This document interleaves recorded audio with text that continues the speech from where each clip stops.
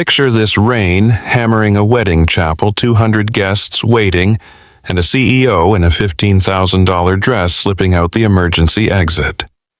Lauren Hayes didn't just cancel her wedding. She drove across Seattle in a torn gown to confess something that could destroy her career. She was in love with her employee, a single father, a man who didn't even know she saw him as anything more than a colleague. But here's what makes this story unforgettable. Hidden in her trembling hands was an envelope containing proof that her fiancé's family had been planning to destroy her company all along. Now she had to choose between playing the game that broke her or rewriting the rules entirely. This is about what happens when integrity costs everything and love refuses to stay quiet. Stay until the end to see what she risks and what she finally wins. Drop a like and tell me where you're watching from. To understand how a woman reaches that point, standing on a stranger's porch in a ruined dress with evidence that could end her, you have to go back 3 hours. Back to when the illusion was still intact. Lauren Hayes stood in front of a floor-length mirror in the bridal suite of the Fairmont Olympic, and the reflection looking back at her belonged to someone else. The dress was architectural, all clean lines and precision, the kind of garment that made fashion editors reach for words like visionary and uncompromising. Assistants orbited her like moons, adjusting a strap here, smoothing fabric there, their hands never quite touching her skin.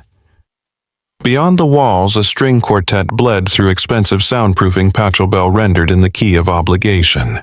Her phone sat face up on the vanity notifications, stacking like autopsy reports. Tech blogs humming about the merger. West Edge Hotels and North Arc Systems a match made in market cap heaven. Her CFO had sent a gif of champagne bottles. Her mother had sent a single word, finally.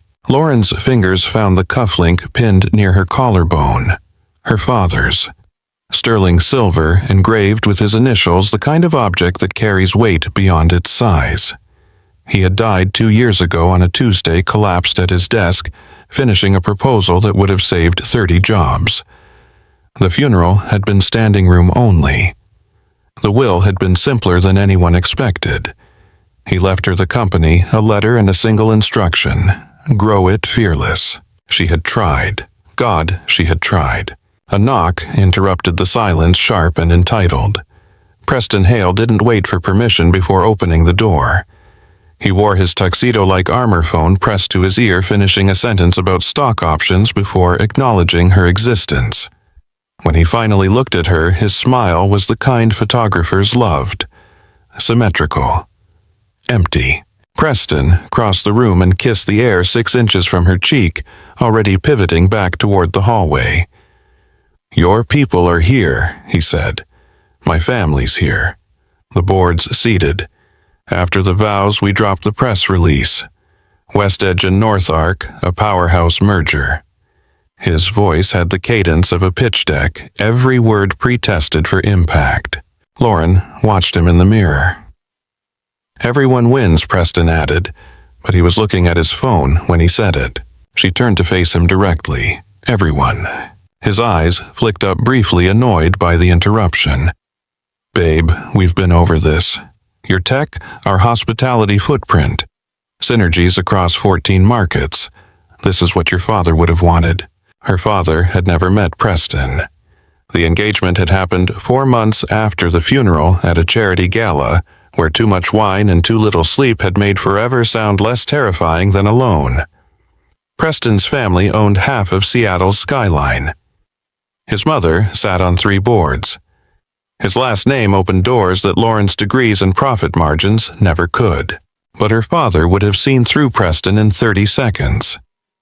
Would have asked the questions Lauren had been too tired to ask.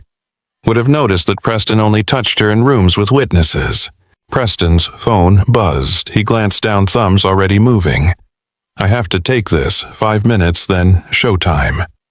He was gone before she could respond, his cologne lingering like a contract she hadn't finished reading.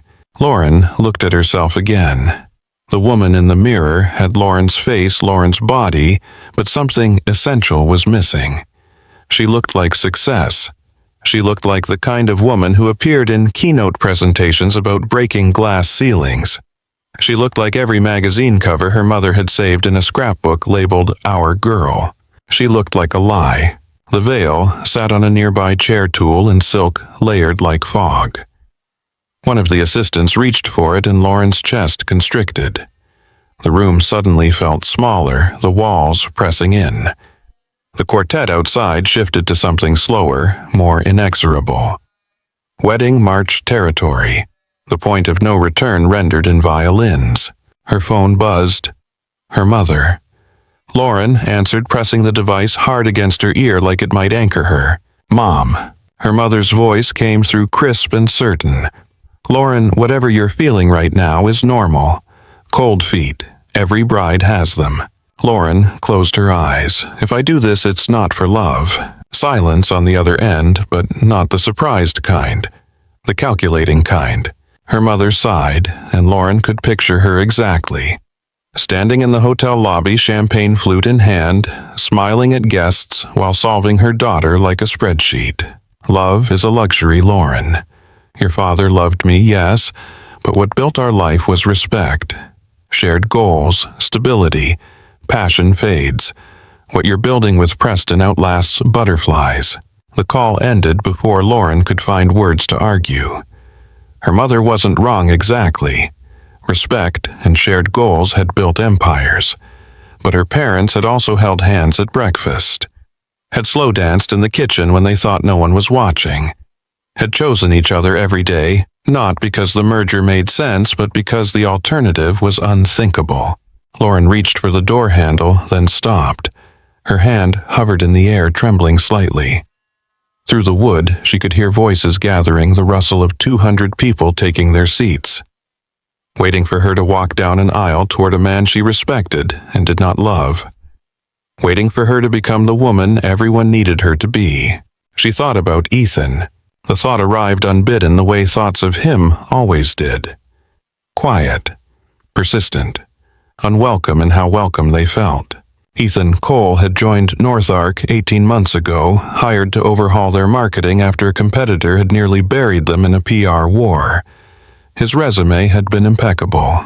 MIT for undergrad, a string of campaigns that had become case studies, a recommendation letter from a CEO Lauren actually respected. But what stayed with her from that first interview wasn't his portfolio. It was the way he had paused mid-sentence when his phone buzzed. Had glanced at the screen, seen a photo of a little girl holding a painted rock and smiled. Not the practiced smile people used in offices, a real one. The kind that rearranged a face into something unguarded. He had apologized. My daughter. She's at a school thing. His wedding ring had still been there then, a pale band of gold he wore like penance. Lauren had hired him on the spot. Over the following months, she had watched him become indispensable. Not just because he was brilliant, though he was. Not just because he could distill a complex strategy into 3 words that stuck though he could. But because he led without cruelty. Because he stayed late to help interns who were drowning. Because he left early without apology when daycare called, and somehow no one resented him for it. She had watched him take off the wedding ring 6 months in. Had seen the pale line it left behind, a ghost of a promise he still honored. Had learned through office small talk she pretended not to hear that his wife had died 3 years ago. Cancer. Fast and brutal. That he'd been raising their daughter alone ever since. She had watched him and felt something she had no right to feel. It started small. Noticing when he switched from coffee to tea in the afternoons. Knowing which presentations made him lean forward, which made him sit back.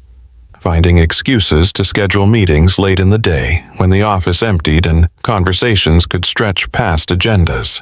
She never acted on it. Never even acknowledged it to herself in full sentences. She was his boss. He was grieving. She was engaged to Preston or about to be, and then was. The feelings were inappropriate, inconvenient, irrelevant, except they hadn't faded. They had grown roots.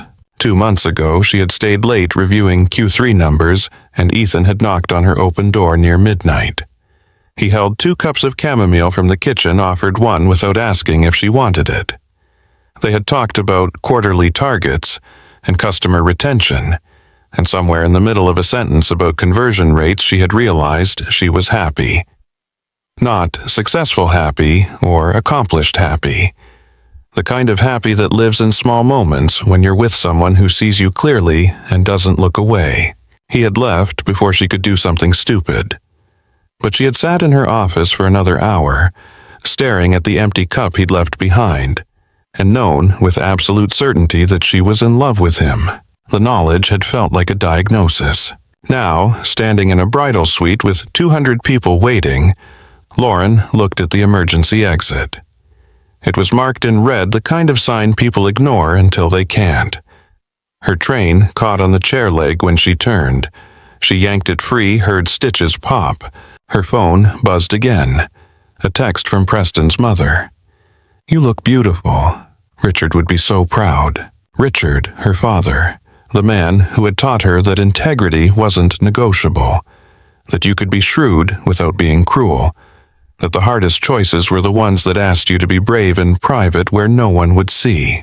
Lauren opened her clutch and pulled out the envelope.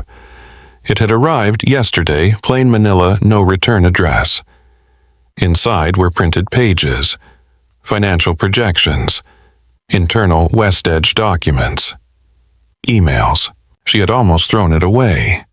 Anonymous tips were messy, usually lies, but something had made her read it. The documents laid out a pattern. West Edge's publicly reported numbers didn't match their internal forecasts. They were over-leveraged, bleeding cash in 3 markets, propping up appearances with creative accounting that would make auditors weep.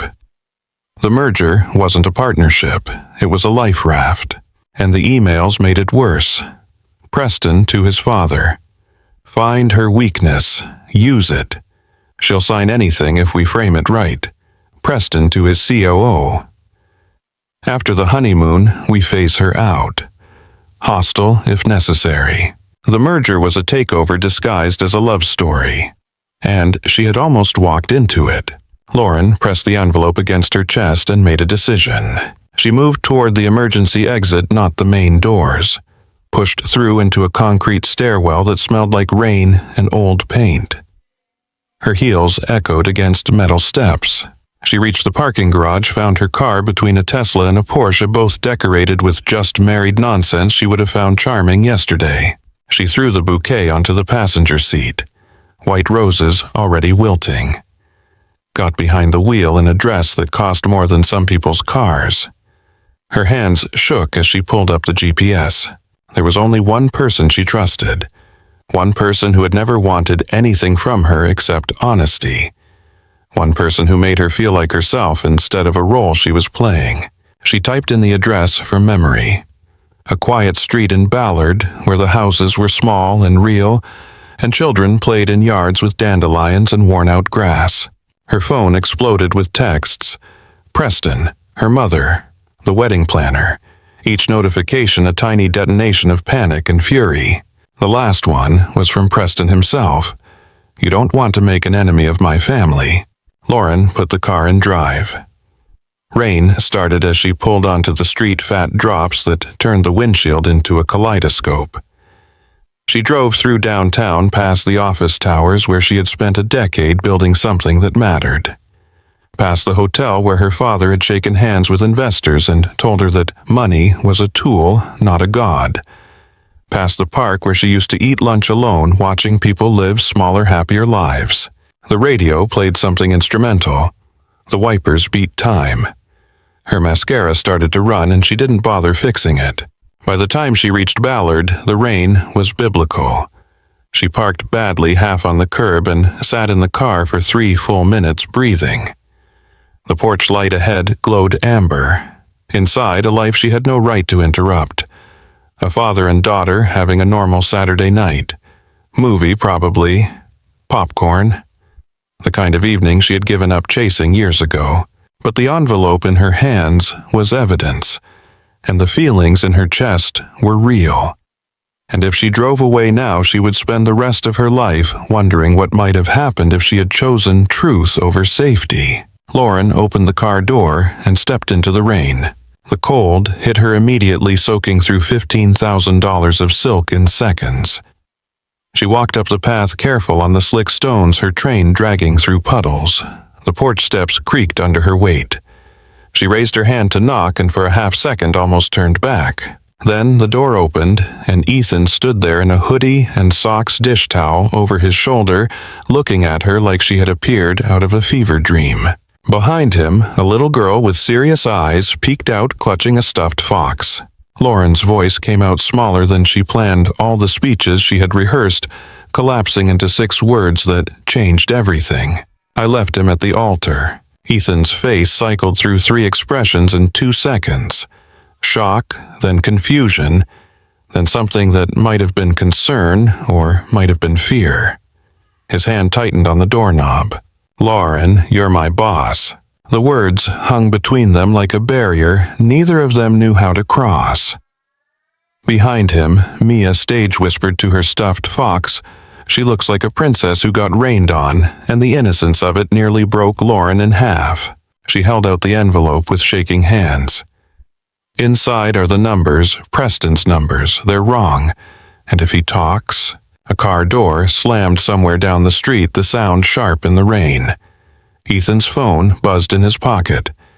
He pulled it out reflexively, and Lauren saw the name on the screen, Preston Hale. Their eyes met. In that moment, Lauren understood that whatever happened next, there was no going back. She had burned the bridge, set fire to the boats, chosen truth in a world that rewarded beautiful lies. Ethan let the call go to voicemail. He stepped aside, opening the door wider. "You should come in." That night played out in fragments. Mia sent to bed with promises and reassurances. Ethan making tea, neither of them drank. The envelope's contents spread across his kitchen table like evidence at a crime scene. Lauren explaining in a voice that didn't shake how Preston's family had engineered a trap disguised as a partnership. How the merger would have gutted North Ark within 18 months. How she had almost signed away everything her father had built because she was too tired to be alone.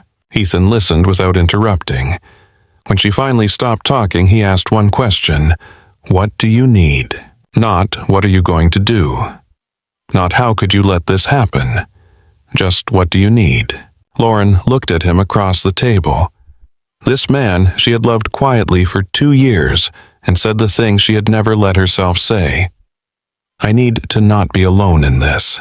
He nodded once. "Okay." She stayed until 3 in the morning, sitting at his kitchen table, while rain drummed the roof and the evidence sat between them like a third presence. They didn't talk about what she had said on the porch. Didn't talk about the feelings that had finally escaped her mouth like birds from a cage. There would be time for that later, or there wouldn't. First, they had to survive what came next. When she finally left, Ethan walked her to her car.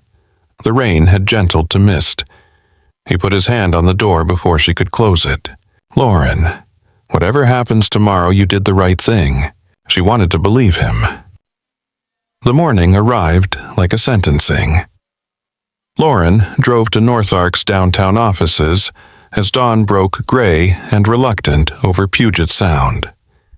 She had gone home to change, traded the ruined wedding dress for a charcoal suit that felt like armor. Her phone had died somewhere around 4 a.m., and she had let it stay dead. Whatever waited for her in those messages could wait a few hours more. The lobby was too quiet when she entered.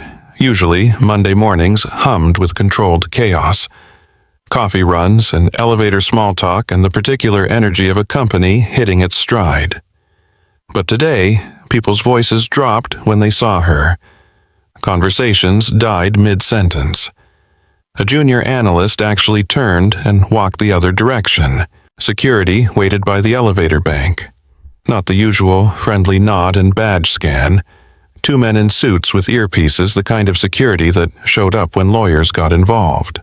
"Ms. Hayes, the board has requested your presence upstairs. Immediately." Lauren nodded, keeping her face neutral. She rode the elevator alone, watching the numbers climb each floor, a countdown to whatever verdict had been decided without her.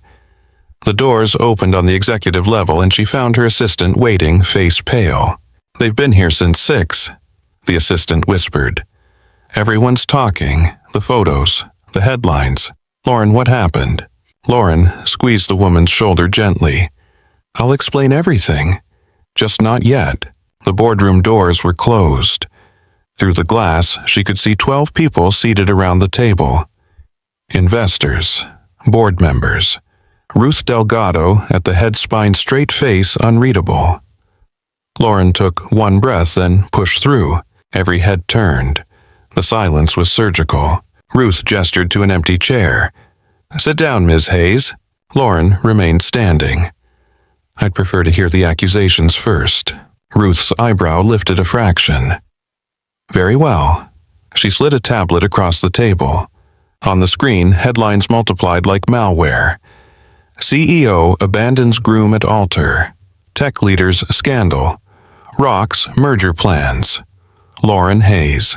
Affair with employee. And photos. Someone had captured her leaving Ethan's house at 3 a.m, mascara streaked and wild-haired, looking exactly like a woman who had destroyed her life for something reckless. The comments below were predictable. Unstable. Unprofessional. Another female executive who let emotions overrule judgment. Ruth's voice cut through the silence. "Mr. Cole was escorted upstairs an hour ago. He's waiting in conference room B. Before we speak with him, I'm giving you an opportunity to explain yourself." Lauren looked at the faces around the table. Some curious, some disgusted. Grant Wallace in the back corner, arms crossed, expression smug. She set her bag on the table and pulled out the envelope. "Then I'd like to present evidence first." Ruth frowned. Evidence of what? Of why I left my wedding. Of what Preston Hale and his family were planning. Of why this company needs to understand exactly what we almost walked into. Before Ruth could respond, the boardroom doors burst open. Lauren turned, already knowing who it would be. Preston Hale stood in the doorway, suit immaculate, hair perfect, flanked by 2 attorneys who looked like they billed by the minute. His smile was thin and dangerous. "Lauren, we need to talk privately." Lauren didn't move. "Anything you need to say to me can be said here, in front of witnesses." Preston's jaw tightened. He glanced at Ruth, then back to Lauren. "You made a serious mistake yesterday, humiliated my family, damaged both our reputations. But we can still fix this. Call it cold feet, reschedule. 6 months from now, no one will remember." Lauren felt something cold and clear settle in her chest. Preston took a step forward. His voice dropped, aiming for intimacy in a room full of people. "Babe, I know you're scared. I know change is hard. But we're good together. We make sense. Your board knows it. My family knows it. This is just nerves." Lauren met his eyes and saw the calculation there. He wasn't here because he loved her. He was here because she had the evidence. Because a canceled wedding was embarrassing, but exposed fraud was prison. "I'm not scared, Preston. I'm awake." She pulled the documents from the envelope and set them on the table. "These are West Edge's internal financial projections. The real ones. Not the numbers you showed our board." Preston's smile froze. His attorneys exchanged glances. Lauren continued, voice steady. "Your hotels are over-leveraged in 3 markets. Your debt-to-equity ratio is unsustainable. You've been using creative accounting to hide bleeding revenue, and you needed our cash flow to stay solvent. The merger wasn't a partnership. It was a hostile takeover you dressed up as a love story." She turned to the board, making eye contact with each member. "After the honeymoon, Preston planned to phase me out. Replace me with someone from his family. Gut our culture and strip our assets. I have emails. I have internal memos. I have proof." The room erupted. Voices, overlapping questions fired like bullets. Preston's face went red, then pale. One of his attorneys grabbed his arm, whispering urgently. Ruth raised her hand, and the room fell silent. She looked at Preston with the expression of someone who had seen too many corporate games to be shocked by another one. Mr. Hale, I suggest you and your counsel leave now. Preston's mask finally cracked. He pointed at Lauren, handshaking. She's lying. This is revenge because I wouldn't tolerate her sleeping with her employee. Check her phone, check his. They've been carrying on for months.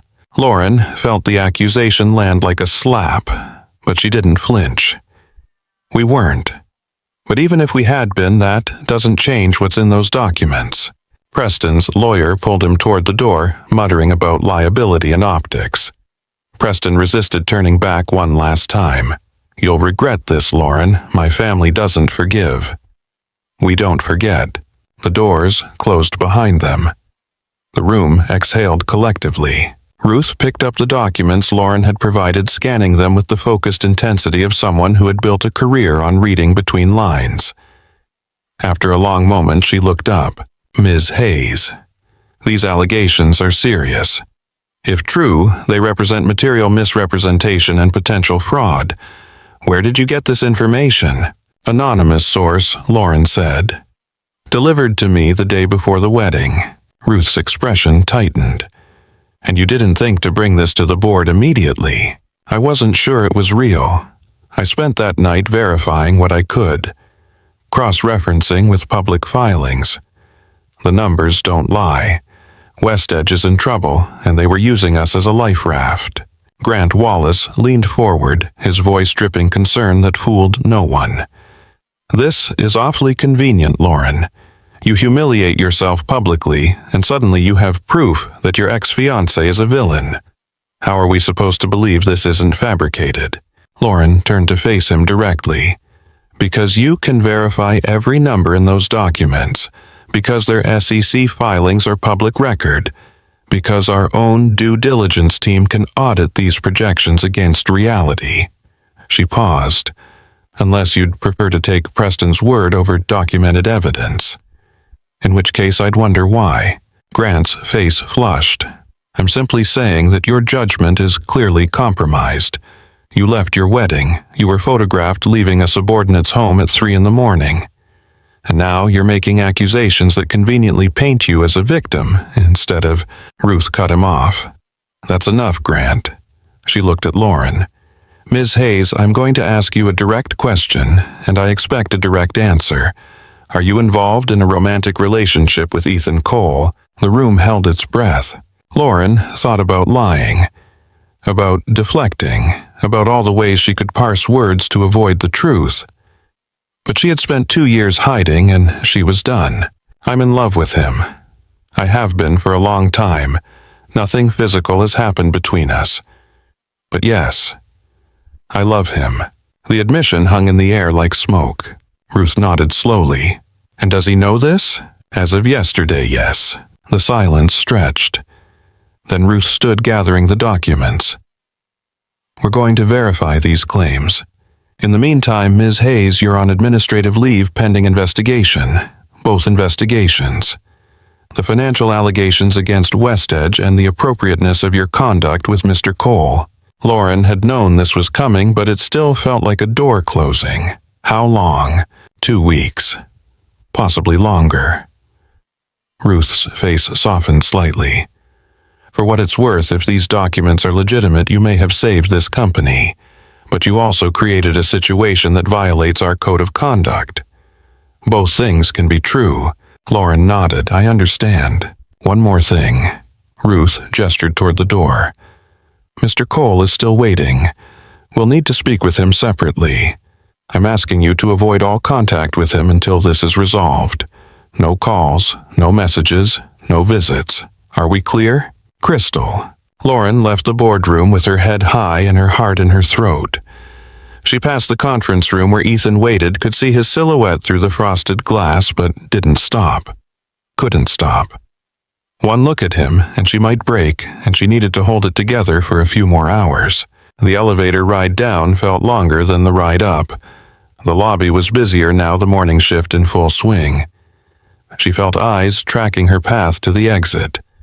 Heard whispers follow her like a wake. Outside, Seattle had remembered how to rain. Lauren stood under the building's overhang and called a car, watching water sheet off the edges of the roof. Her phone, finally charged, buzzed with a backlog of messages. Most were from numbers she didn't recognize: press, vultures, people who wanted a quote about the scandal du jour. But one was from her mother. "Call me, now." Lauren got into the car when it arrived and gave her condo's address. She watched the city slide past gray and beautiful and indifferent to her personal apocalypse. Coffee shops full of people living normal Monday mornings. Buses carrying commuters to jobs they probably hated but would show up to anyway. The market still setting up for the day vendors arranging flowers that would be dead by Friday. Her phone rang. Her mother. Lauren almost didn't answer. Then thought about everything she had already lost in the past 24 hours and decided one more conversation couldn't make it worse. "Mom." Her mother's voice came through cold and precise. "I just got off the phone with Ellen Hale, Preston's mother. Do you have any idea what you've done?" Lauren leaned her head against the window. "I left a man I didn't love and exposed a fraud. So, yes, I'm pretty clear on what I did. You humiliated their family.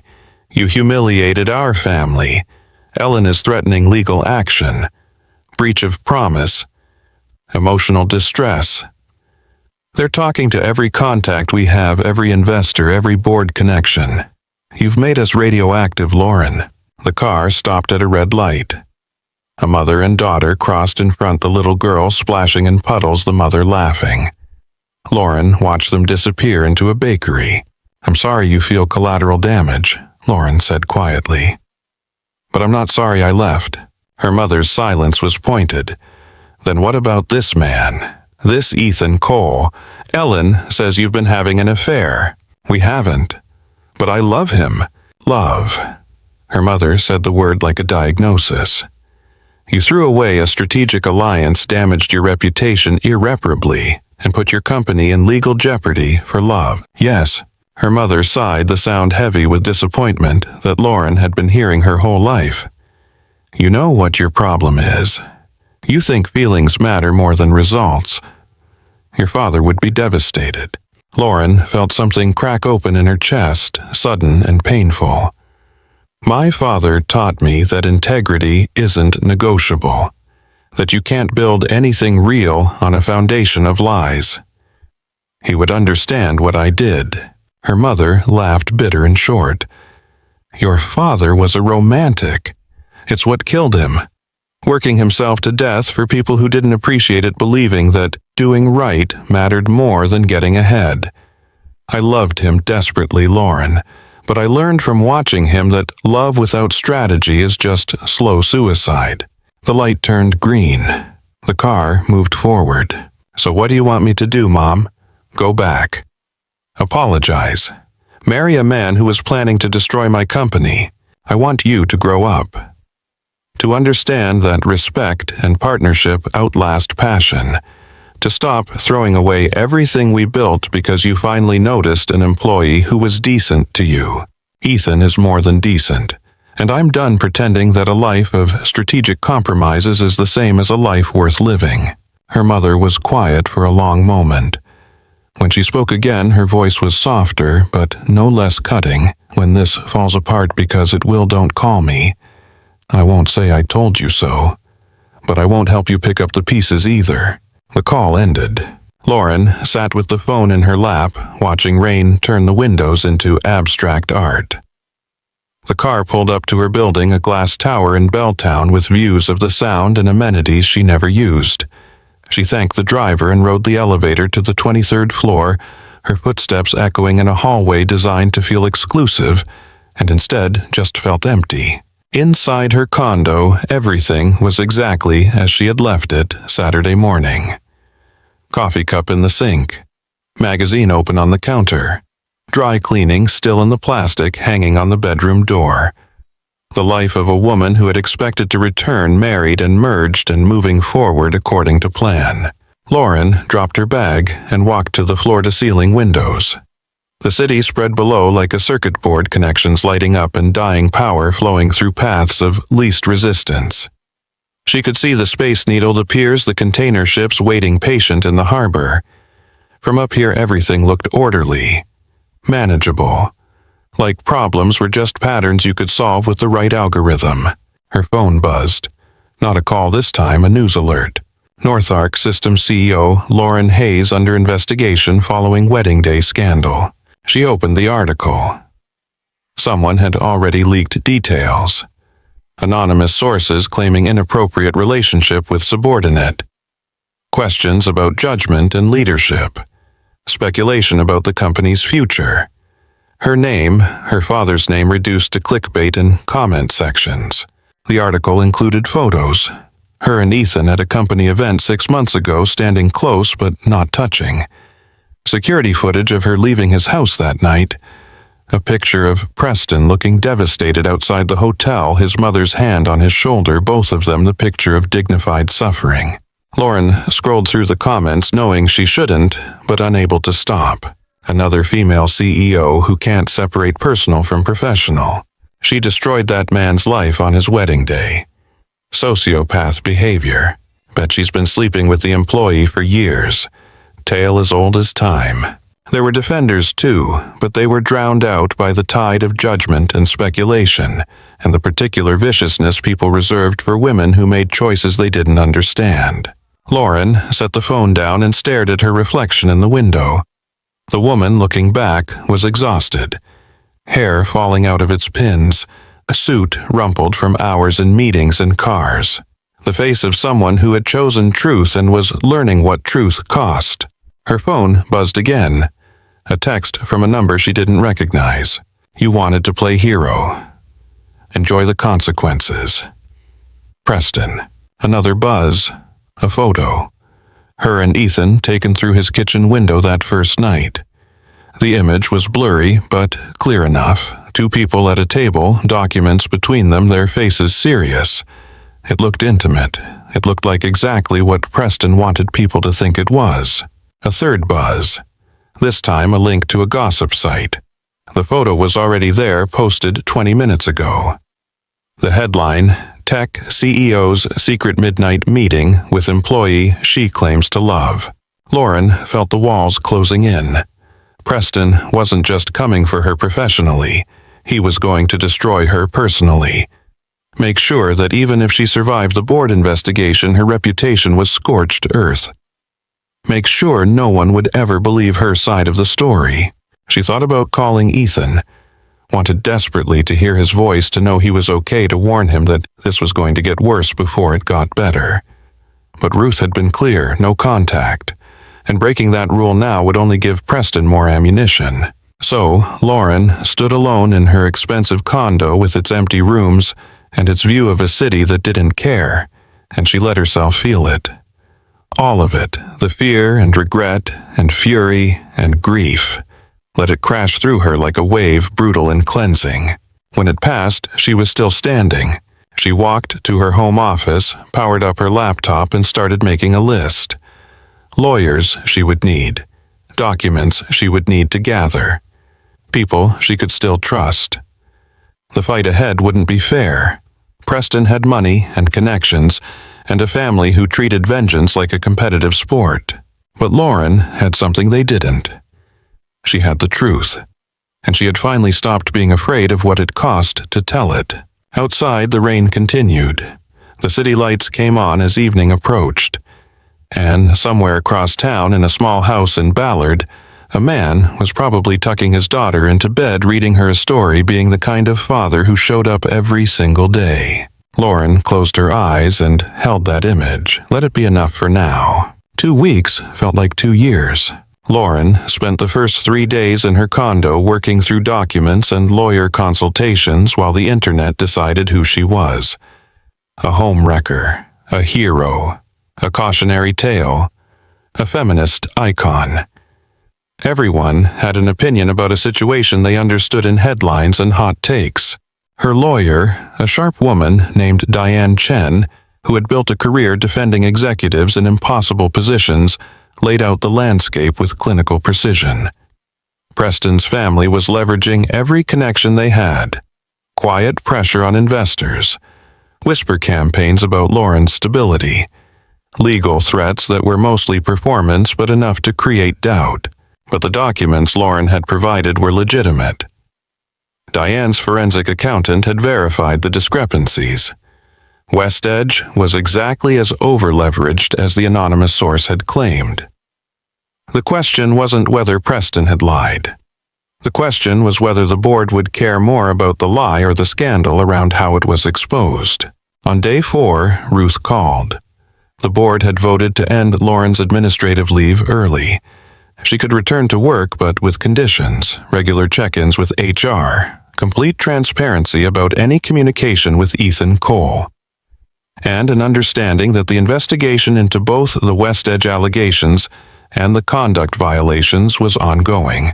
Lauren returned to North Ark on a gray Thursday morning, entering through the garage to avoid cameras. The office felt different. Conversations stopped when she approached. People who used to greet her warmly now offered tight smiles and quick nods, the kind of social distance that came from not knowing which side of history they were standing on. Her assistant had left a stack of messages. 3 board members requesting meetings, 7 press inquiries, and a single note from Ethan written in his precise handwriting on a piece of company letterhead: "Thank you for not letting me lie to protect you." Lauren folded the note carefully and put it in her desk drawer. The morning passed in meetings, damage control with investors, strategy sessions about how to respond to the West Edge situation without looking vindictive, a tense conversation with PR about whether Lauren should make a public statement or let the story die through silence. By afternoon, Lauren was exhausted in a way that had nothing to do with hours worked. She was walking back from the legal department when she heard raised voices from one of the conference rooms. She recognized Grant Wallace's voice immediately, that particular tone of false concern that preceded most of his political maneuvers. She shouldn't have stopped. Should have kept walking. But something in the timbre made her pause outside the frosted glass door. Through the distortion she could see shapes, a presentation on screen, people seated around a table, and Ethan standing at the front, his posture defensive. Lauren pushed the door open. The room fell silent. 12 faces turned toward her. Marketing team mostly. Some junior VPs.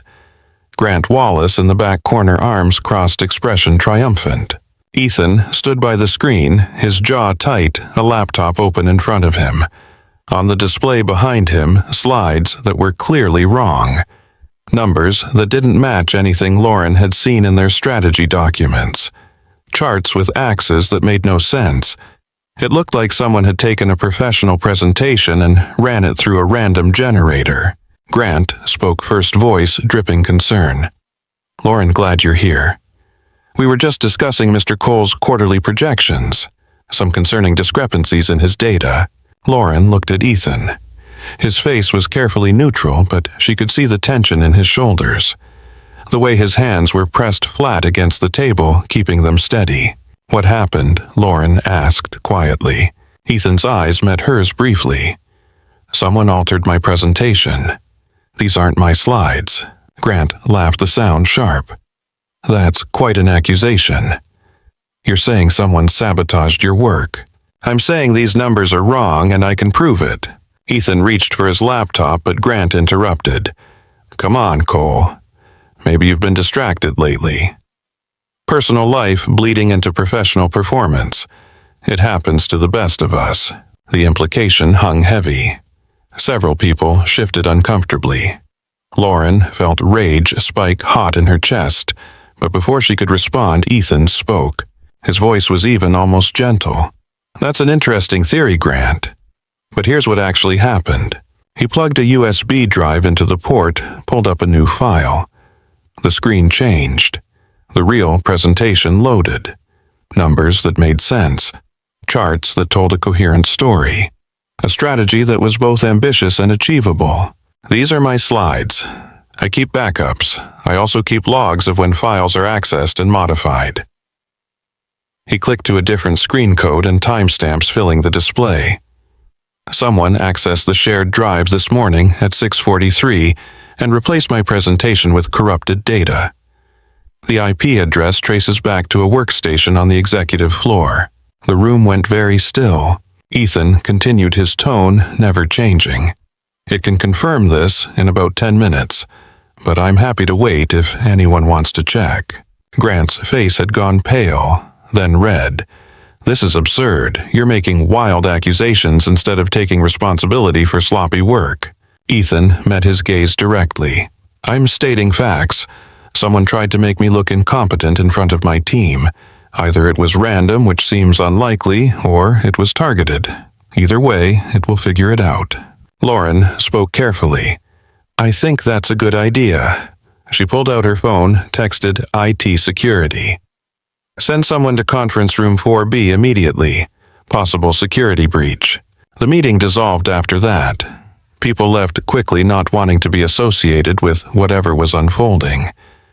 Grant tried to stay to control the narrative, but Lauren asked him directly to wait in his office.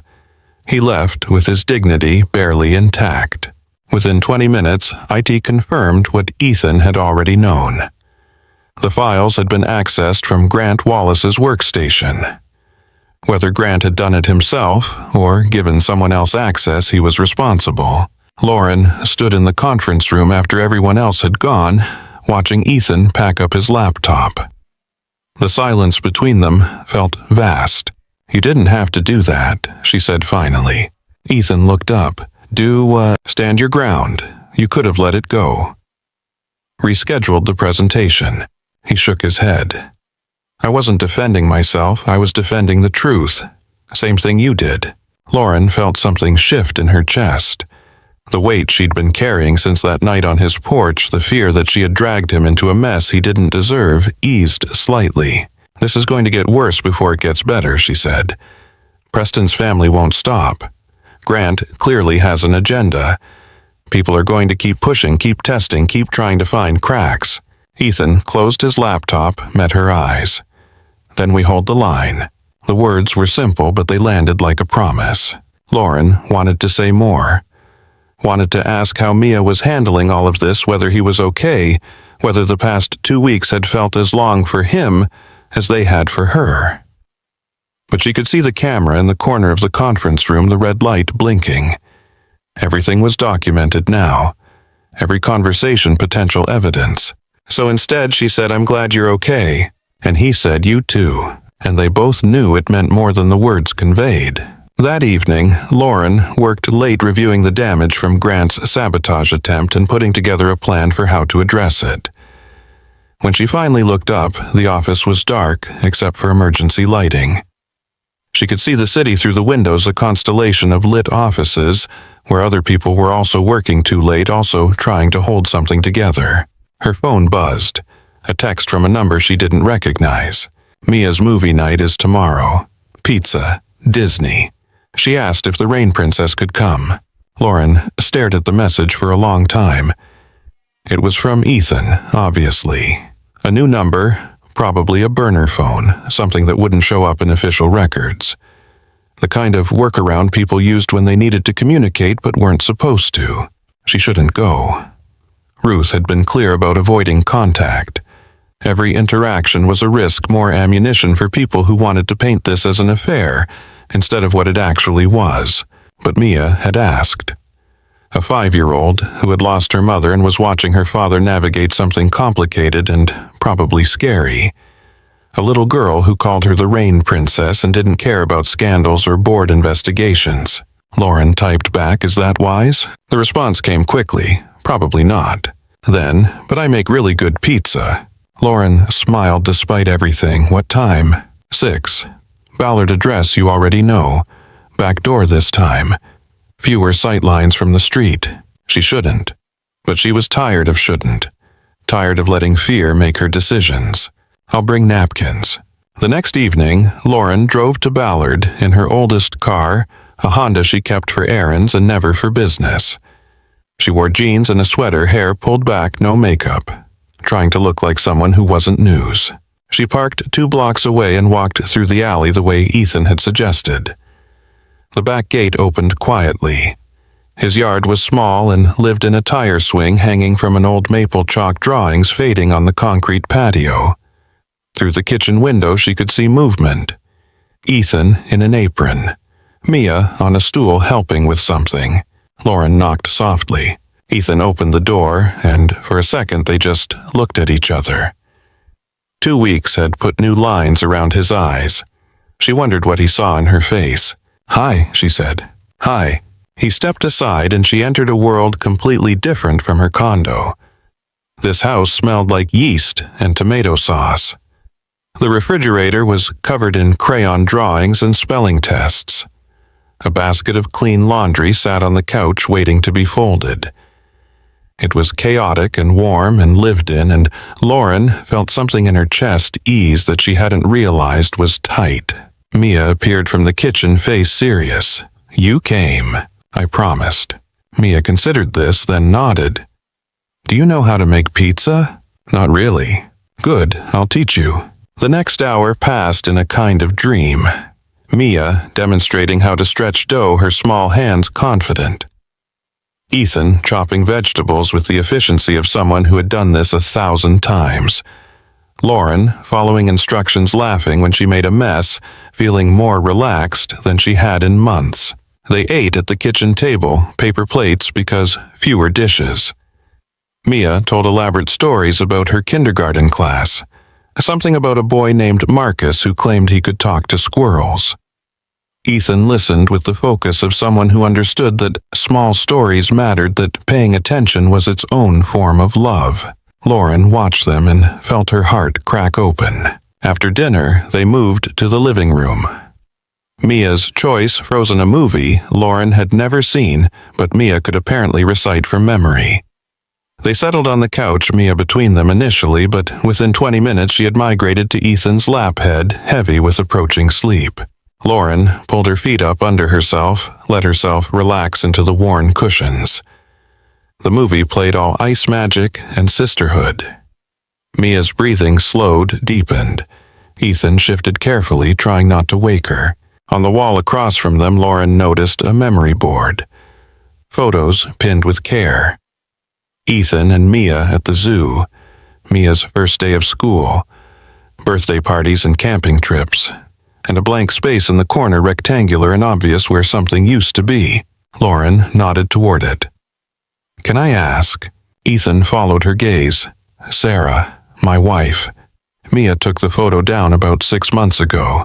Said it made her too sad to look at every day." His voice was matter-of-fact, but Lauren heard the grief underneath. The kind that didn't go away, just learned to live in smaller spaces. "Do you ever stop feeling like you might drop everything?" Lauren asked quietly. Ethan looked down at Mia, her face peaceful against his chest. "No, you just get better at catching." The answer was so honest it hurt. Lauren had spent her career trying to be invulnerable, building armor, eliminating weak points. But Ethan had built a life on accepting that things could break, that loss was possible, and showing up anyway. He lifted Mia, carefully carried her to her room. Lauren heard soft voices, a bedtime ritual playing out. When he returned, he looked tired in a way that had nothing to do with the hour. "Want some tea?" he asked. "Please." They moved to the kitchen. Ethan put the kettle on, pulled down mugs. The domesticity of it felt surreal. 2 weeks ago she had been his boss, and their longest conversation had been about quarterly projections.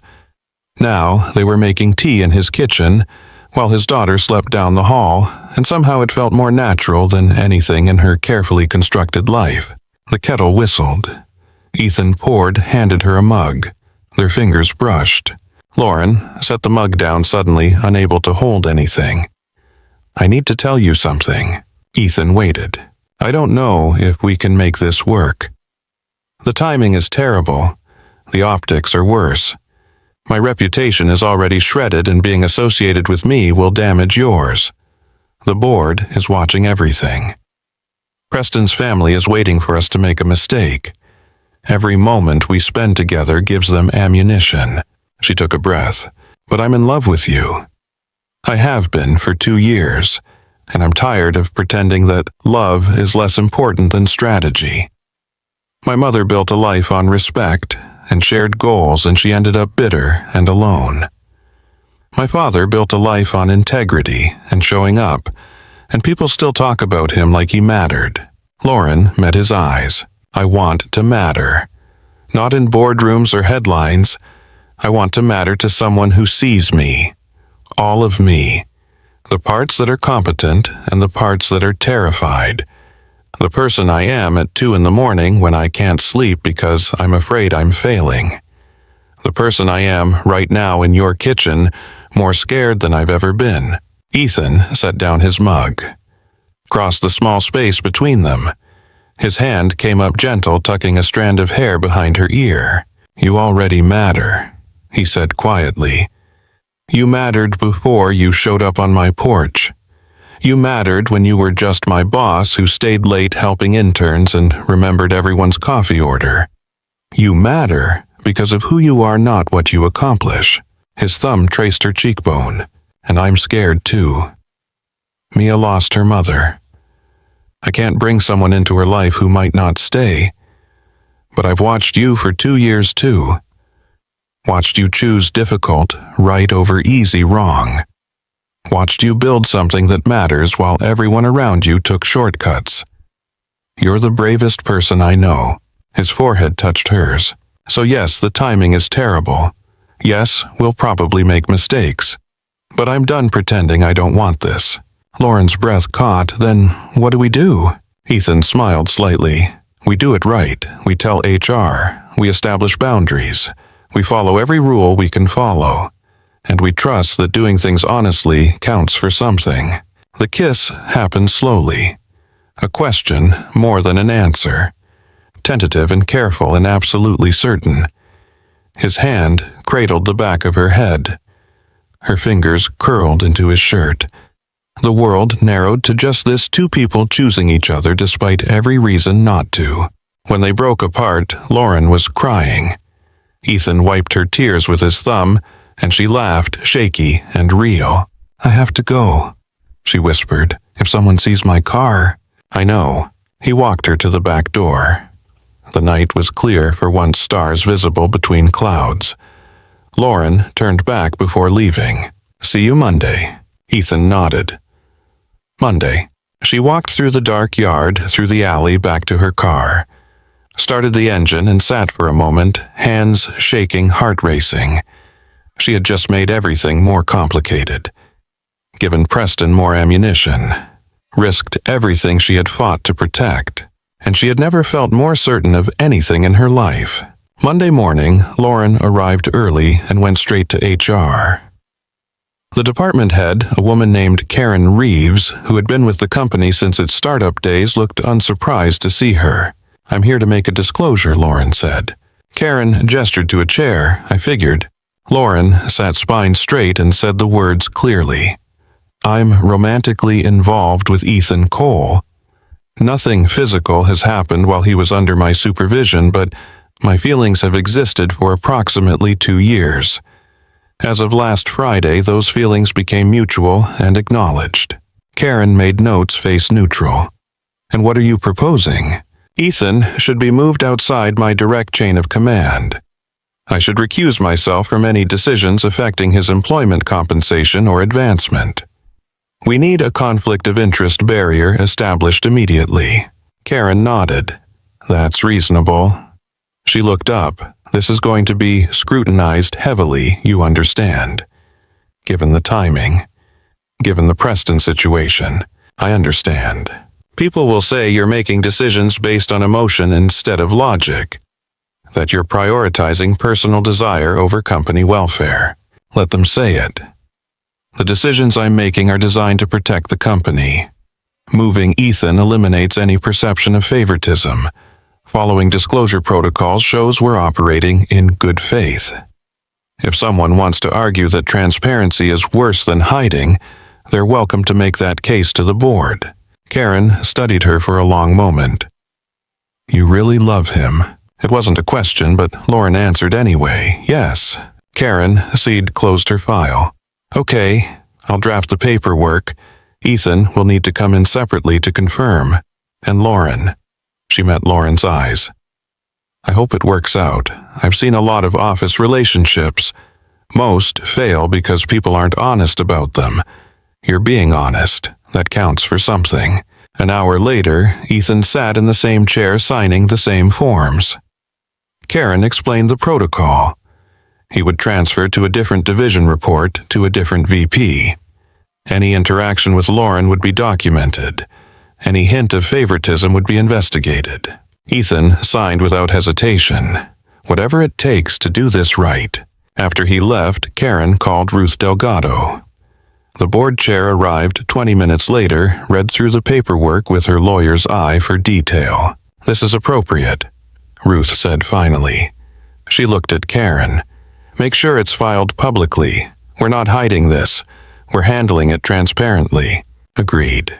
Ruth started to leave, then turned back. Tell Ms. Hayes I'd like to see her.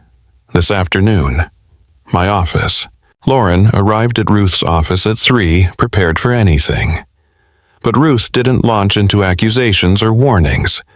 Instead, she gestured to the window to the view of Elliott Bay stretching toward the Olympics. Do you know why I voted to keep you on as CEO? Ruth asked. Lauren shook her head. Because 30 years ago, I made a different choice. I had a company to run, and a family that needed me, and I chose the company. I told myself it was temporary, that once we went public, once we stabilized, I'd have time. But time never comes, Lauren. You just get older, and the people you thought would wait stop waiting. Ruth turned her face softer than Lauren had ever seen it. My daughter didn't invite me to her wedding. My ex-husband remarried and didn't tell me for 6 months. I have a corner office and a legacy and a reputation, and some days I'd trade all of it for one honest conversation with someone who actually knows me. She walked to her desk, pulled out a file.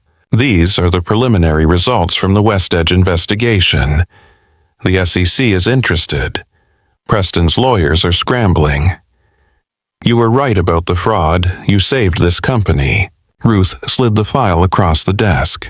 But you also chose something harder. You chose to be a person instead of just a CEO. To build a life that includes love and mess and vulnerability. I didn't have that courage. I'm glad you do. Lauren felt tears prick her eyes. Thank you. Ruth's expression hardened slightly back to business. Don't make me regret it. If you want this job, you lead like you don't need it. You make the hard calls. You fire the people who need firing, including Grant Wallace, who will be escorted out by the end of the week. And you remember that being human doesn't mean being soft. Understood. Good. Now get out of my office. You have a company to run.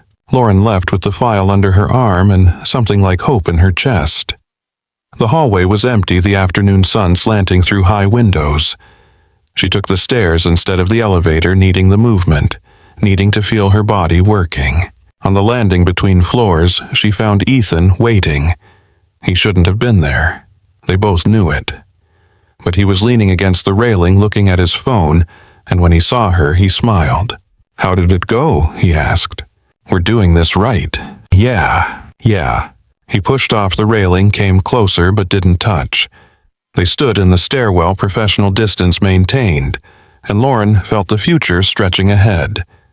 Complicated. Difficult. Worth it. Mia wants to know if you like spaghetti, Ethan said. She's planning the menu for next week. Tell her I love spaghetti. Even the kind with too much garlic. Especially that kind. Ethan's smile widened. Then I guess we'll see you Friday. Friday, Lauren confirmed. They left the stairwell separately, going to different floors, maintaining the boundaries they'd established. But Lauren felt lighter than she had in years. The weight of secrets lifted. The freedom of choosing honestly. That night, alone in her condo, she looked at the city lights and thought about courage. Not the kind that made headlines. The kind that showed up on Tuesday morning and did the work anyway. The kind that chose difficult truth over comfortable lies. The kind that believed love and integrity could coexist even when the world insisted you had to choose. Her phone buzzed. A text from Ethan's new number. Mia says, "Good night, Rain Princess." Lauren, smile typed back, "Good night, kiddo." Then added, "Good night, Ethan." His response came quickly. "Sleep well. Tomorrow we save the world." It was ridiculous and earnest and exactly the kind of thing that made her love him. Lauren set the phone down, pulled a blanket around herself, and let exhaustion finally win. Outside, Seattle continued its life. Rain started again, gentle this time. And somewhere in Ballard, a little girl was probably dreaming, secure in the knowledge that her father would be there when she woke up. That the Rain Princess might come back, that love, complicated and messy as it was, still counted for something. 3 weeks after Lauren and Ethan made their relationship official to HR, the pressure began to build in ways neither of them had anticipated. The stock price had been sliding steadily since the wedding scandal broke. Not a crash, but a slow bleed that investors noticed. Analysts started asking questions on earnings calls. Hedge funds that had been bullish on Northark quietly adjusted their positions. The narrative was forming leadership instability, questionable judgment, a company distracted by personal drama instead of focused on growth. Lauren spent her days in back-to-back meetings reassuring investors that the West Edge situation was being handled appropriately, that the company's fundamentals were strong, that one canceled wedding didn't change their technology or market position. Most listened politely. Few seemed convinced. On a Wednesday morning in late November, Lauren arrived to find her assistant pale and tight-lipped. "There's someone waiting in your office," he insisted. Security cleared him, but Lauren pushed through the door and found a man in his 60s sitting in her guest chair, holding a briefcase like it contained state secrets. He stood when she entered, offered a hand that trembled slightly. "Ms. Hayes, my name is Richard Oakes. I worked for West Edge Hotels for 23 years. CFO until Preston's father forced me into early retirement 8 months ago." Lauren closed the door carefully. "Mr. Oakes, what can I do for you?" He set the briefcase on her desk, opened it. Inside were folders, thumb drives, documents organized with obsessive care. "I'm the one who sent you the first envelope. The projections, the emails, everything you used to walk away from that wedding." Lauren felt her breath catch. "Why are you here?" Richard pulled out a folder, hands still shaking. "Because it's not enough. Preston's lawyers are good. They're spinning this as a jilted lover making accusations. They're saying you fabricated evidence. The SEC investigation is moving slowly and Preston's family has enough connections to stall it indefinitely." He placed the folder in front of her. "But this is everything. Every fraudulent transaction. Every hidden debt. Every internal memo showing they knew the projections were false. My testimony. My signature on documents that prove intent. This ends them." Lauren opened the folder. Page after page of evidence that was devastating in its completeness. This was more than proof. This was a nuclear weapon. "Why give this to me? Why not go to the SEC yourself?" Richard's face crumpled slightly. "Because Preston's father threatened my pension, my wife's medical care, everything I worked for. If I come forward, I lose it all. But if you use this, if it comes through legal discovery, I can claim I had no choice. That I was compelled to testify." He met her eyes. "I know it's asking you to take a risk, to protect me while I hide behind legal cover. But Ms. Hayes, these people destroyed my career because I questioned their numbers.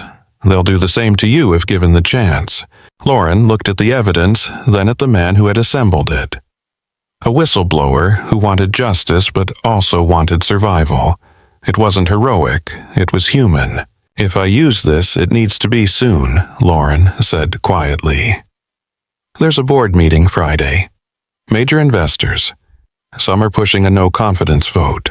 Richard nodded. "Then you have 48 hours.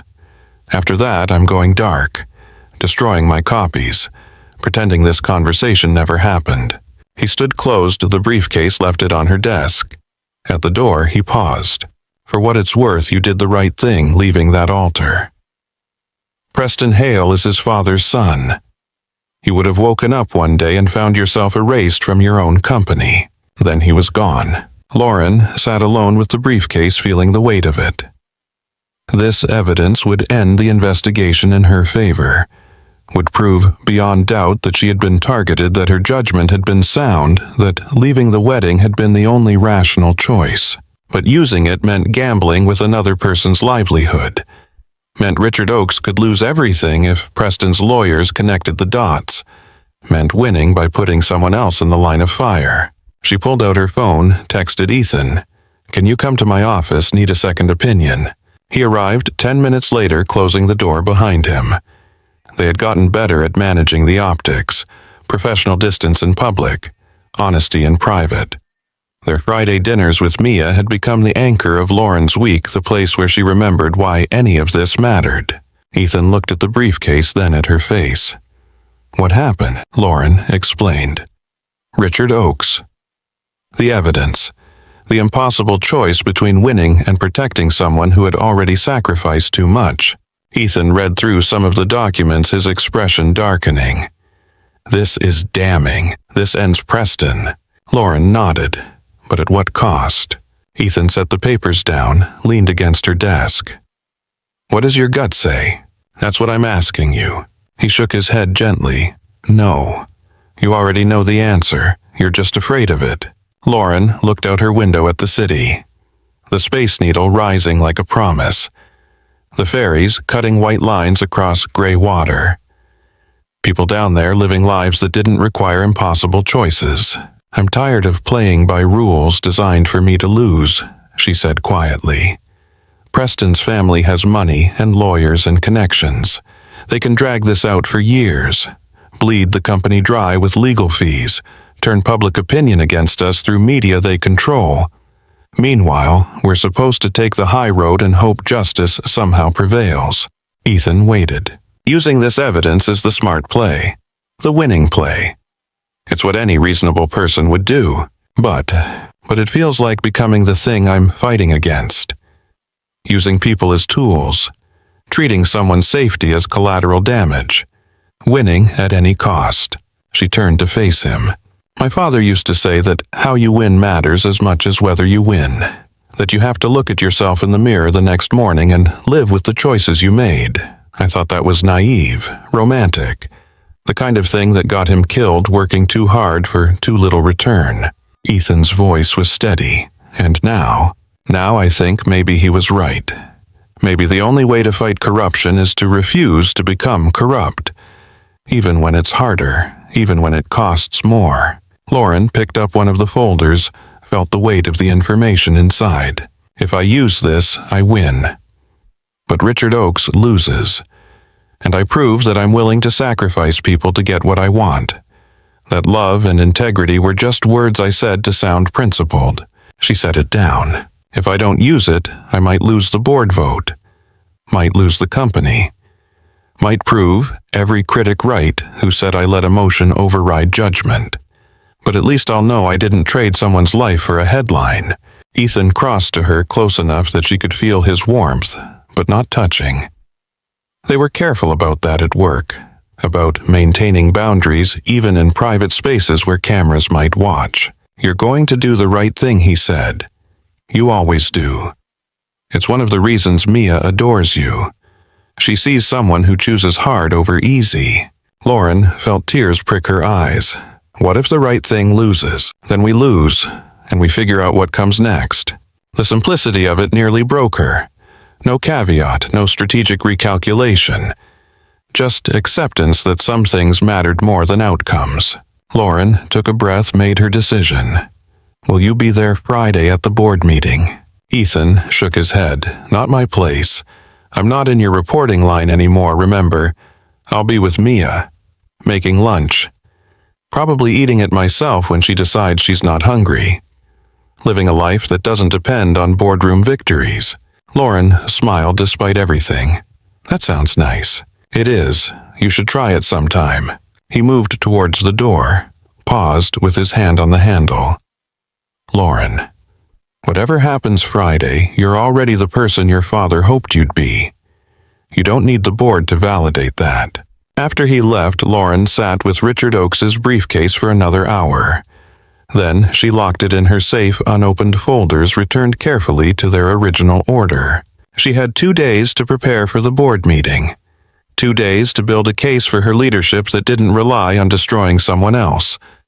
2 days to prove that integrity was more than a word you said when things were easy. Thursday was a blur of preparation. Lauren worked with Diane Chen to organize every piece of legitimate evidence they had. The original documents from the first anonymous tip. The analysis from their forensic accountant. The public discrepancies between West Edge's SEC filings and their projected performance. The emails Preston had sent that were discoverable through normal legal channels.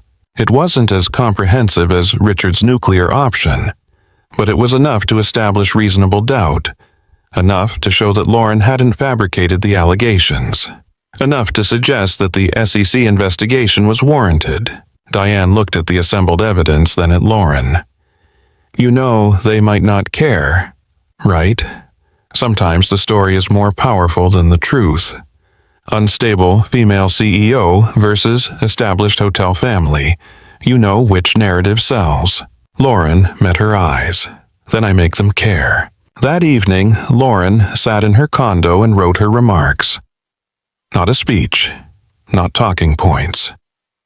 Just the truth, organized in a way that might penetrate the cynicism and politics and financial pressure that filled every boardroom.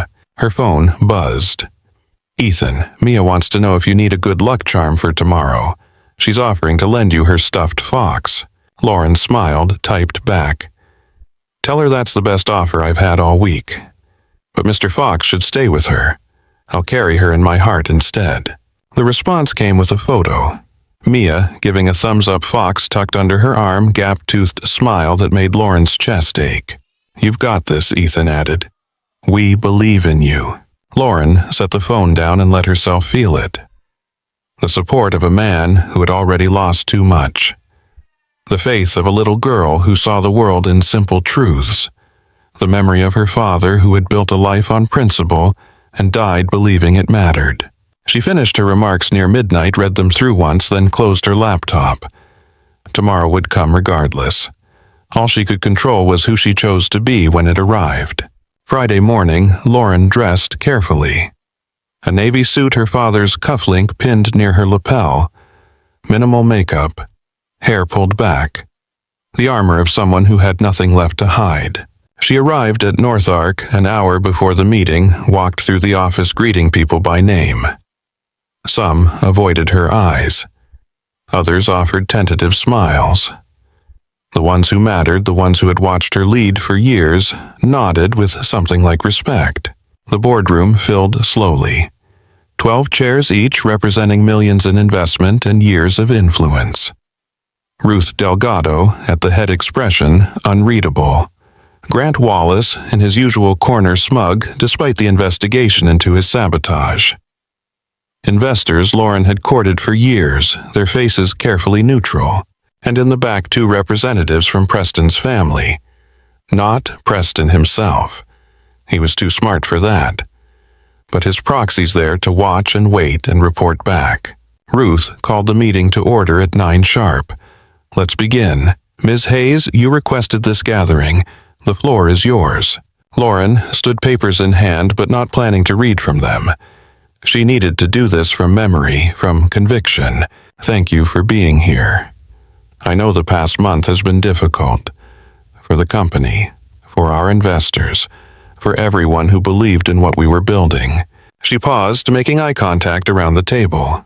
Some of you are here because you're concerned about my judgment, about whether personal decisions have compromised my ability to lead, about whether North Ark Systems is stable under my direction. Those are legitimate concerns. I want to address them directly. Grant Wallace leaned forward. Please do. Lauren didn't look at him. Kept her focus on Ruth, on the investors whose opinions actually mattered. 4 weeks ago, I left my wedding. Not because of cold feet, not because of an affair, but because I received evidence that West Edge Hotels was planning a hostile takeover disguised as a merger. Evidence or sightings showing their financial projections were fraudulent. Evidence that my fiancé and his family intended to phase me out within a year and strip this company for parts. She gestured to the folders in front of each board member. The documents you have contain what we've been able to verify through legal channels. West Edge's SEC filings don't match their internal performance. Their debt ratios are unsustainable.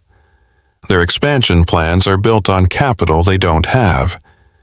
The merger wasn't a partnership. It was a life raft for a failing business. Murmurs around the table. Preston's representative stayed silent, taking notes. Lauren continued. I've been told that leaving the wedding was unprofessional, that I should have handled this quietly, postponed, found a graceful exit that didn't create headlines, and maybe that would have been smarter from a PR perspective. She took a breath, but it would have been a lie. And I'm done building my leadership on lies. The room went very still. Yes, I'm in love with Ethan Cole. Yes, those feelings existed while he reported to me, though nothing physical happened during that time. Yes, I disclosed this relationship to HR the moment it became more than feelings. Yes, I requested he be moved outside my chain of command. We followed every protocol. We established every barrier. We did it right. She met Ruth's eyes. But I won't apologize for being human, for wanting a life outside these walls, for believing that integrity and love can coexist. My father built this company on the principle that business should serve people, not the other way around. That profit matters, but so does how you earn it. That you can be brilliant and driven and ambitious without sacrificing your humanity at the altar of success. Grant Wallace cut in. Very moving, Lauren. But your personal life has cost us 15% of our stock value. Investors are walking. Our reputation is damaged. How exactly does your integrity pay the bills? Lauren turned to him. You know what's funny, Grant? You talk about reputation like it's something we own, but reputation is what other people say about us when we're not in the room. And right now, they're saying we're a company that prioritizes honesty, that we caught fraud before it destroyed us, that we don't compromise our values even when it's inconvenient. She glanced at the documents. The stock price is down because people don't like messy. They want narratives that fit in earnings reports. But long-term investors understand that leadership character matters, that a CEO who walks away from a fraudulent deal at personal cost is someone who will make hard calls to protect the company. One of the investors spoke up, an older man named Tom Chen, who had backed them since Series B. You mentioned evidence, Lauren, but the SEC investigation is ongoing. Preston's lawyers are claiming you fabricated allegations to cover your own behavior. Without definitive proof, this becomes a he said, she said that damages both companies. Lauren had been waiting for this. She reached into her bag, pulled out a different folder. Richard Oakes's briefcase was still in her safe. This was her choice. You're right. And I have access to more comprehensive evidence. Documents that would end this investigation immediately. Testimony that would expose every fraudulent transaction. Proof that would vindicate my decision beyond any doubt. The room leaned forward, but using that evidence would endanger the source. Someone who already sacrificed their career to do the right thing. Someone who would lose everything if their cooperation became public. She set the folder down unopened. I'm not willing to trade another person's safety for my reputation. I'm not willing to win by sacrificing someone who trusted me. Even if it means losing this vote. Even if it means losing this company. Grant laughed, sharp and ugly. So you're saying you'd rather martyr yourself than fight back?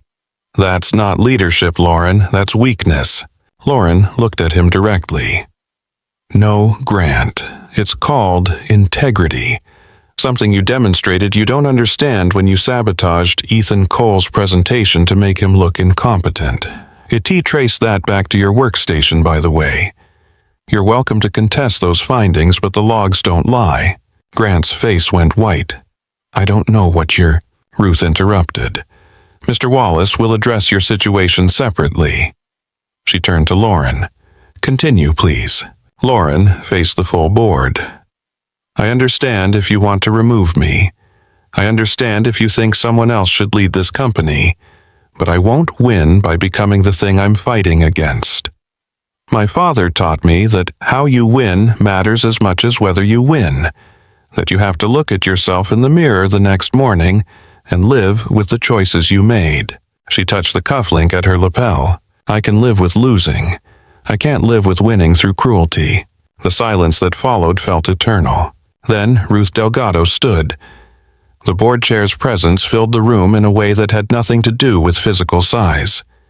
She had built 3 companies, served on 24 boards, seen every version of corporate drama play out.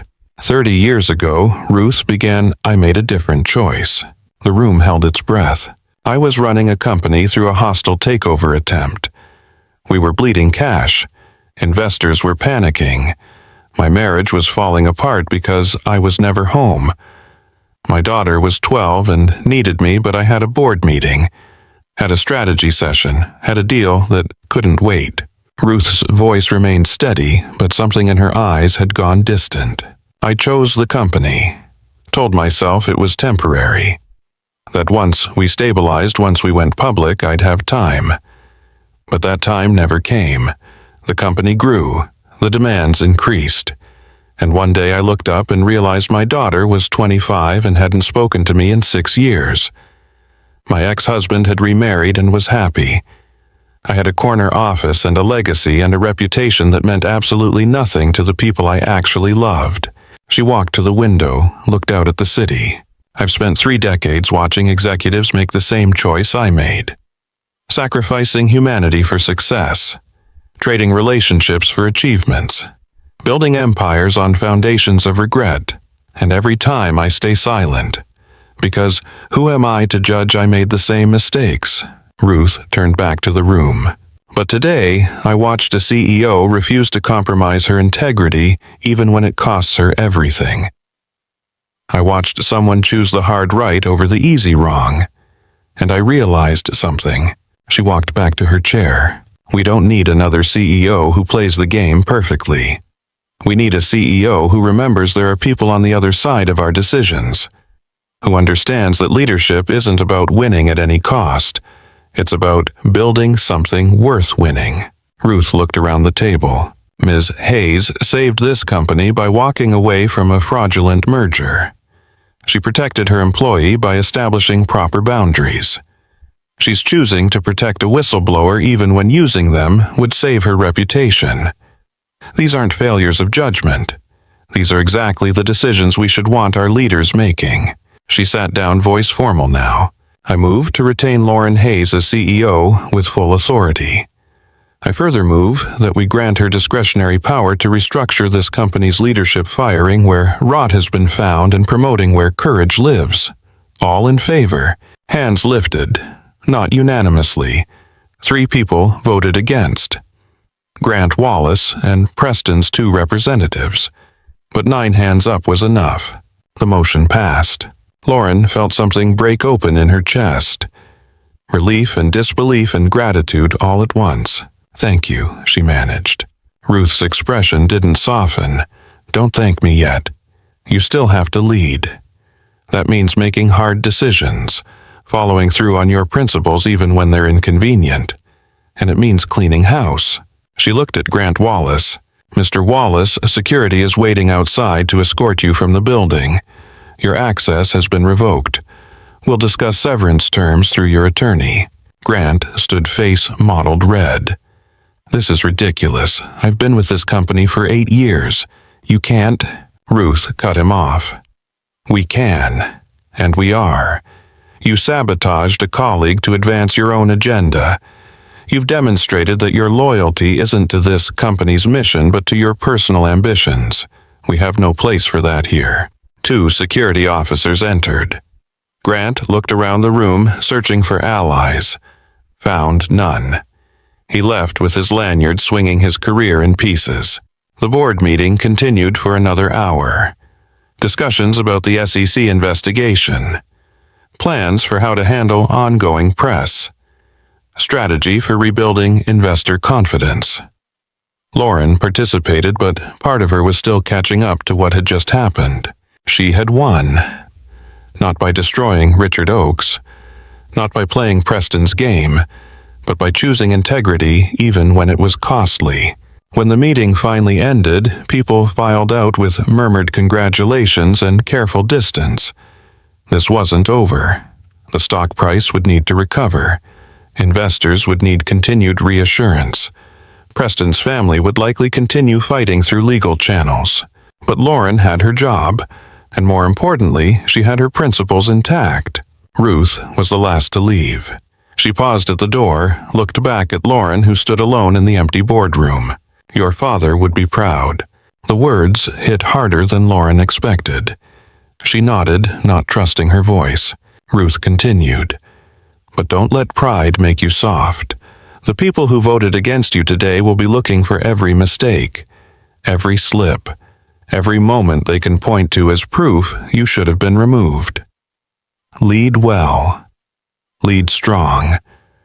But most of all, lead like you actually give a damn about the humans who work here." "I will."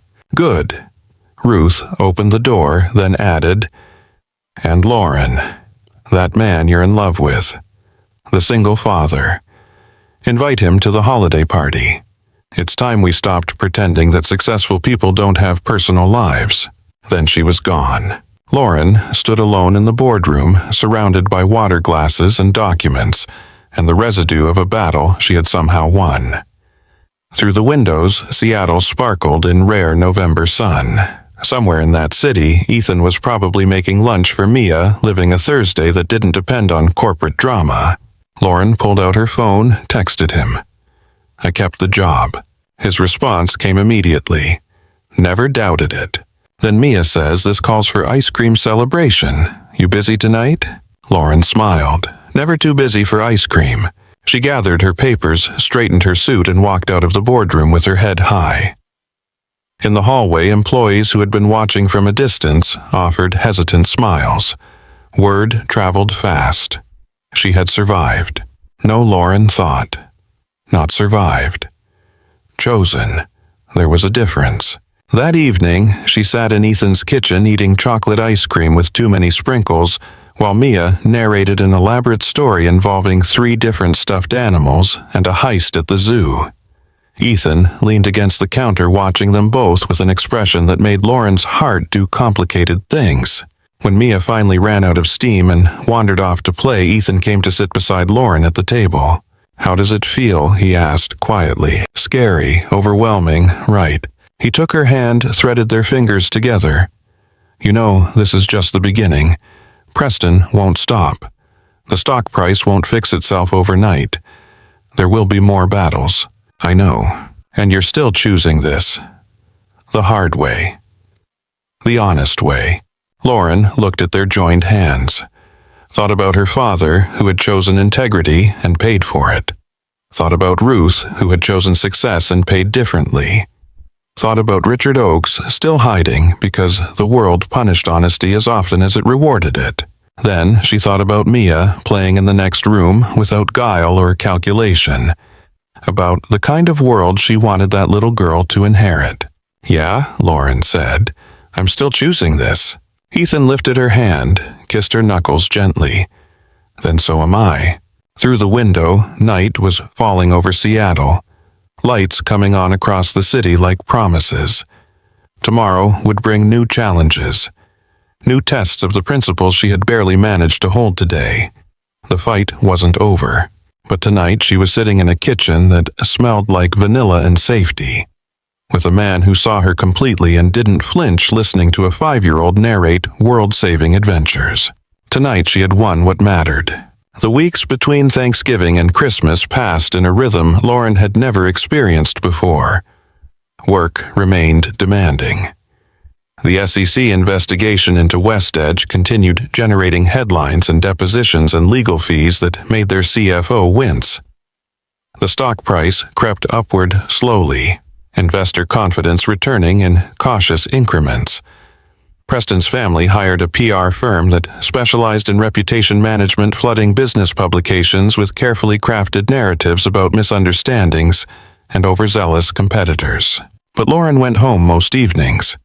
Not to her condo with its expensive emptiness, but to a small house in Ballard where dinner was usually overcooked and homework battles were fought over the kitchen table, and a 5-year-old insisted that bedtime was a negotiable concept. She and Ethan moved carefully conscious of optics and boundaries. They didn't arrive at work together, maintained professional distance in meetings. Their relationship was documented with HR transparent to anyone who cared to look, but they refused to make it spectacle. What surprised Lauren most was how ordinary it felt, how revolutionary the mundane could be. Grocery shopping on Sunday mornings, helping Mia sound out words in her reading homework. Falling asleep on the couch during a movie while Ethan covered her with a blanket and didn't wake her. These were the moments she had spent a decade believing were incompatible with ambition. She had been wrong. The North Ark holiday party arrived on a Friday in mid-December, held in the building's event space with its wall of windows overlooking Elliott Bay. Lauren had attended this party for 10 years.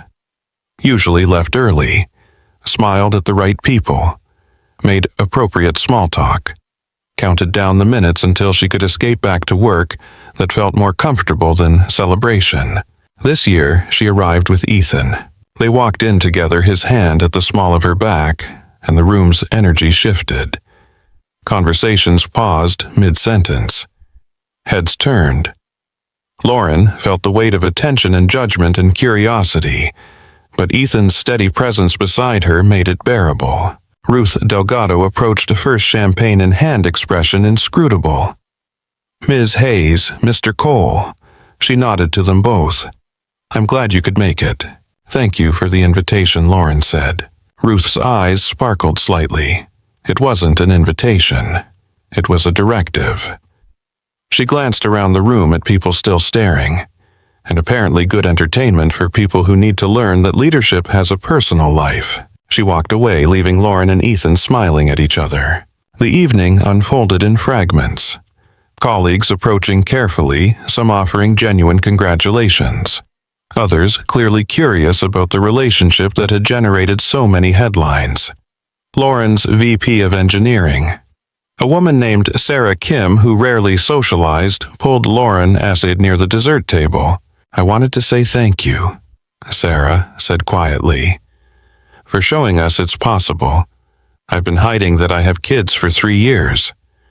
Thought it made me look less committed, but watching you be honest about your life made me realize I was exhausted from pretending."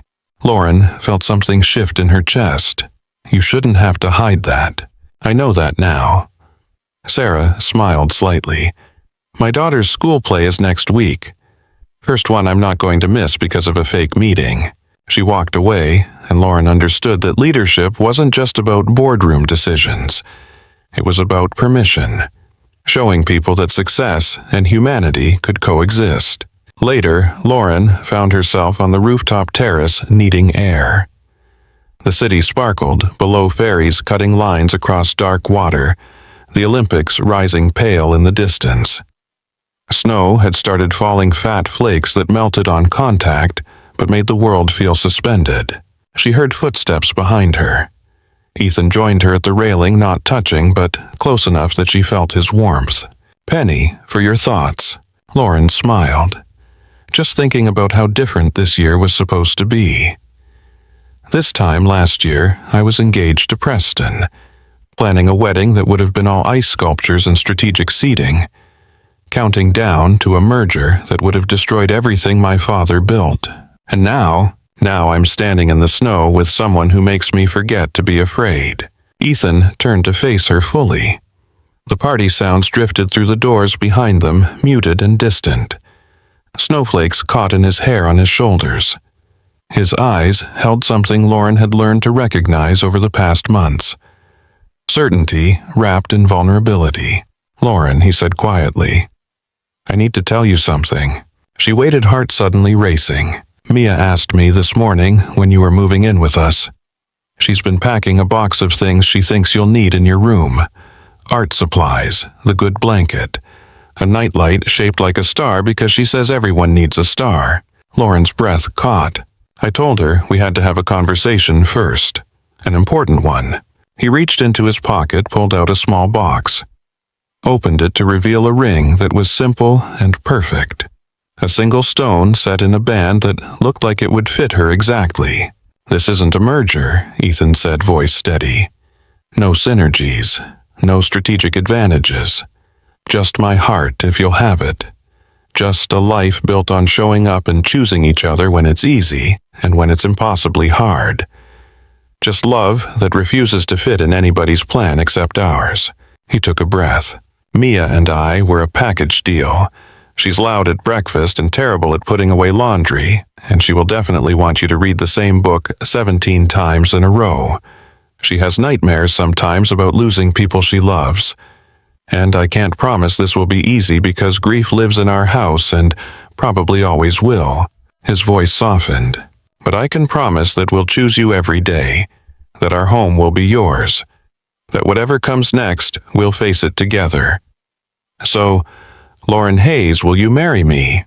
The snow fell around them, the city glittering below, and Lauren felt every wall she had ever built collapse into something that felt like joy. "Yes," she whispered, "yes." He slipped the ring on her finger, and it fit perfectly, because he had asked her assistant for her size, and her assistant had cried when she figured out why he needed to know. They stood on the rooftop, holding each other while snow gathered on the railing and the party continued inside without them. When they finally went back and Lauren's ring caught the light, word spread faster than any press release. By the time they left an hour later, half the office knew. By Monday morning, everyone would. Let them talk, Lauren thought. Let them speculate and judge and write their narratives. She knew the truth. She knew what mattered. The wedding happened on a Saturday in June, 6 months after the proposal. They chose a small chapel in the San Juan Islands, white clapboard, and tall windows, the kind of place that seated 50 people comfortably and felt crowded with 60. Lauren's mother had protested everything about it. The size, the location, the informality. But she came anyway, sitting in the second row with pressed lips and careful makeup, and when Lauren walked down the aisle, her mother's eyes were wet. Lauren wore a simple dress, cream-colored and elegant, nothing like the architectural statement she had almost worn to marry Preston. Her father's cufflinks were pinned near her heart. In her hands, wildflowers Mia had helped pick that morning, slightly wilted and absolutely perfect. Ethan waited at the altar in a dark suit, Mia beside him in a yellow dress she had chosen herself, clutching a basket of rose petals she had already scattered across half the chapel before the ceremony even started. When Lauren reached them, Mia grabbed her hand, immediately pressing it against Ethan's, creating a small chain of connection. The ceremony was short. No elaborate readings, no performances, just simple vows they had written themselves. Lauren spoke first, voice steady. "I promise to never let fear of failure outrun my reach for happiness, to build a home where truth is safe and mistakes are survivable, to show up even when I'm scared, to choose love over convenience even when convenience is so much easier." She looked at Mia, then back to Ethan. "I promise to be a family with you. Not because it makes strategic sense, but because you two are the only strategy that's ever made me happy." Ethan's vows were quieter, but they carried. "I promise to build a home where you can be exactly who you are. Where success is measured in morning coffee and bedtime stories, not headlines.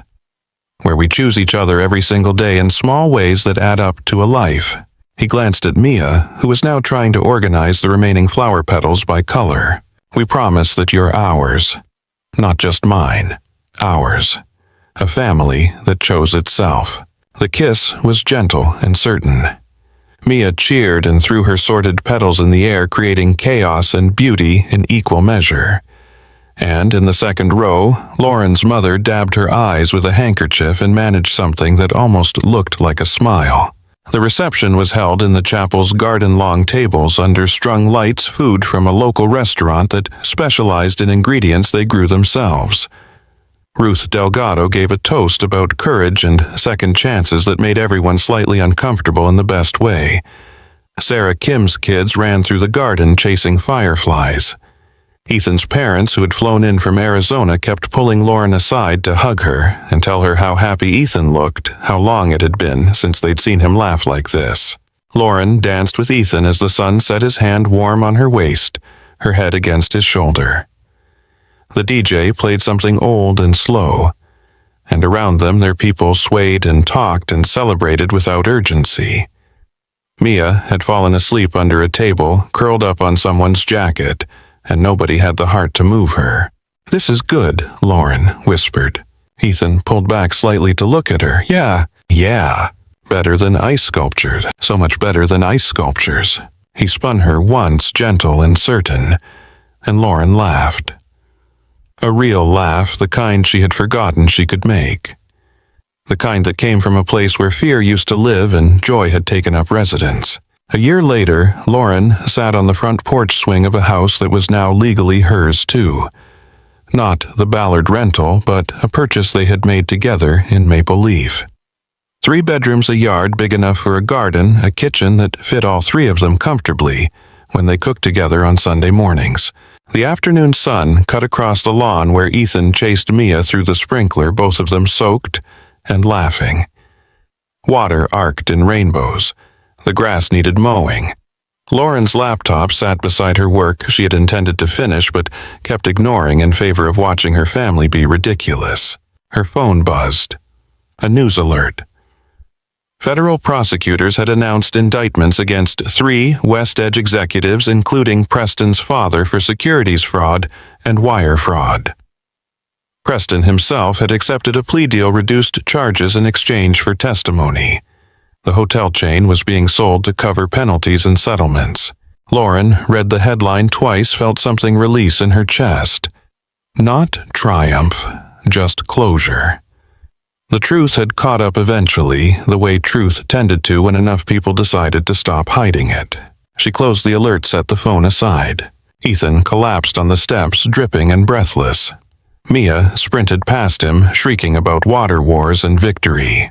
He looked up at Lauren with an expression that suggested he had lost track of what they were fighting about, but was content anyway. "What's that look?" he asked. Lauren smiled. "Just thinking about how different things could have been." Ethan climbed the steps, settled beside her on the swing, not caring that he was soaking the cushions. "If you'd walked down the wrong aisle, if I'd chosen safety over truth." He took her hand, the one with the simple ring that had replaced her father's cufflink at her lapel. She wore the cufflink now on a thin chain around her neck where it rested near her heart. "But then you wouldn't be here," Ethan said. "We wouldn't be here." Mia came thundering up the steps, water dripping from her hair, face bright with exertion. "Mommy," she declared, "ice cream time now." The word still made Lauren's chest do complicated things. Mommy. They had finalized the adoption 3 months ago, papers signed in a judge's chambers, while Mia explained very seriously that now they were a real family, even though Lauren pointed out they had already been real. The adoption certificate hung framed in the hallway next to Mia's school photos and a picture from the wedding. "Ice cream requires negotiation," Lauren said, trying to sound stern. Mia climbed into her lap, soaking her completely. "But I helped with the garden, and I finished my summer reading, and I love you very much." The logic was flawless. Ethan held out his hand. "Family field trip to that place that makes their own flavors."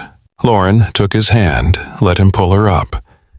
Mia bounced between them, already listing the flavors she wanted to try, describing elaborate combinations that made no culinary sense.